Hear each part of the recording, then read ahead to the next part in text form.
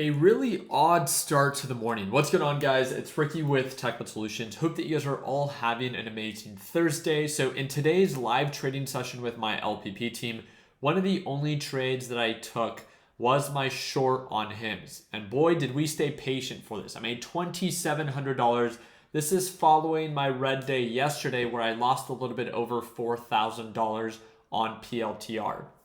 That being said, I learned from my mistake. In today's live trading session, if you're not part of my LPB team, feel free to, or if you are, go back and watch it. You can always rewatch our live sessions. And the thing that I wanted to make sure that I did was I waited for full confirmation of a reversal. So there's no question that there's a lot of companies that were overbought. The overall market, and this is what I mean by the market started off very weird. Market started off very bullish. For what?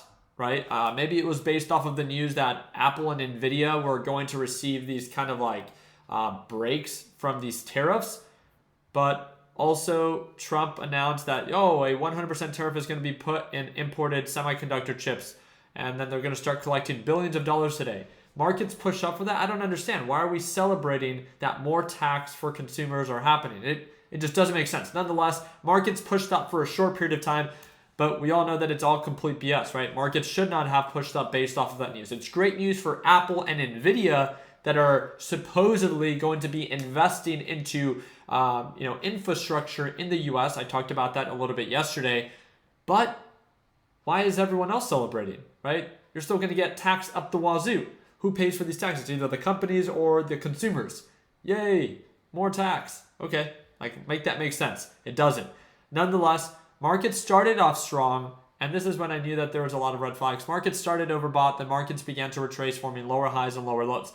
Markets overall on the larger time frames are still incredibly bullish, but things are starting to get choppy because now there's a lot of red flags that are being raised with what is happening with the labor market, right? We are seeing a slowdown. Inflation is beginning to uptick for 2 consecutive months, month after month.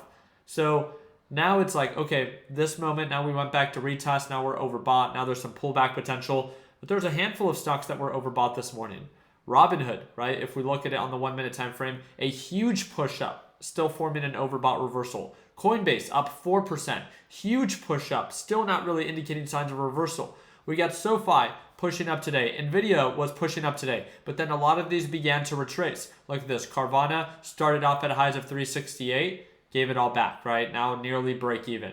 Same thing happened with Meta. Meta opened up green, but then went into the red. I want to remind you, just because the markets open up green doesn't mean that they have to end that way. And vice versa. Just because these stocks start off red doesn't mean that they will continue in that direction. It's really important for people that are just getting started, understand that. What is important is once the market opens to not get faked out. That the way that the market might have been trading pre-market doesn't mean that it has to continue to trade that way as the market has opened and new things are starting to either get factored in or the hype is beginning to fade out. Micron Technologies, one of those big, again, overinflated stocks. At one point, it was up over 4%, has now given back about half of that. There are 2 companies that reported either earnings. Celsius is up 20%, big gap up. And then we also have Bros. Also a big gap up 16%. These are not stocks that I would consider shorting. It's just I wanted to talk about them because they reported earnings. They gapped up quite a bit, and it's important to understand what is either gapping up or gapping down. But the main focus today was with my trade was HIMS. I've covered my position. I made $2,700. I fully closed out my trade on this one, and I really wanted to lead by example in learning from my mistakes yesterday.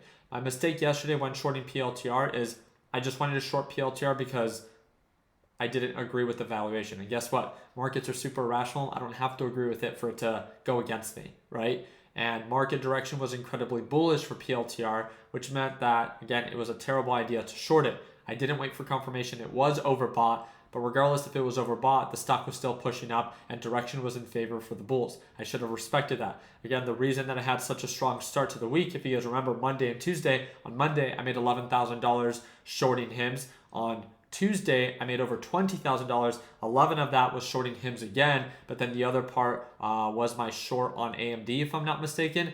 And now when we look at AMD is up 6% and has a beautiful overbought reversal. And I'm looking to see if this thing is going to begin to gap down to possibly enter the short once again. So again, there's a lot of opportunity in the market, but the biggest thing that I'm here to remind you is do not make impulsive decisions, and please be mindful of your position size. Anyone that's encouraging you to buy any of these stocks at these very elevated levels, tell them, if you want me to buy, show me that you are doubling your position at these levels. I promise you, those that are telling you to buy at these overbought levels are not buying themselves. At least not to the same degree that they currently have their exposure in, right? They might have AMD at $100 per share, so they might buy a few shares, but they're not going to double down at these elevated levels. It just wouldn't be worth the risk. So please look out for yourself. Don't make impulsive decisions.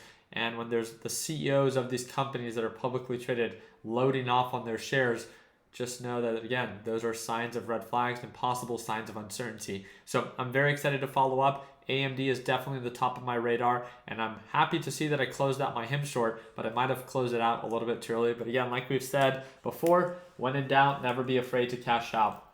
If you guys have any questions, feel free to reach out. The thing that I do want to share with you very, very quickly is the series of reports that came out today. So we had initial claims and continuing claims. Initial claims are the number of people that are filing for unemployment for the first time. It came in higher than what was expected. And then continuing claims, the people that continue to file for unemployment, came in higher than the forecast and that of last week. So again, the number of people that are filing for unemployment is going up week over week. Again, it's not a crazy surprise, but it is something to keep an eye on. So I'll make sure that I do my part in keeping you guys up to date. Do not forget, again, if you ever want to watch me trade live as soon as tomorrow, I trade live every single morning with my LPP team, and it's the second link in the description down below. There's a little discount link in there for you. So again, if you want to join, it's a one-time payment, lifetime access, and you'll get to watch me trade live as soon as tomorrow. I appreciate your time. Like always, let's make sure that we end the year on a green note. Take care, team.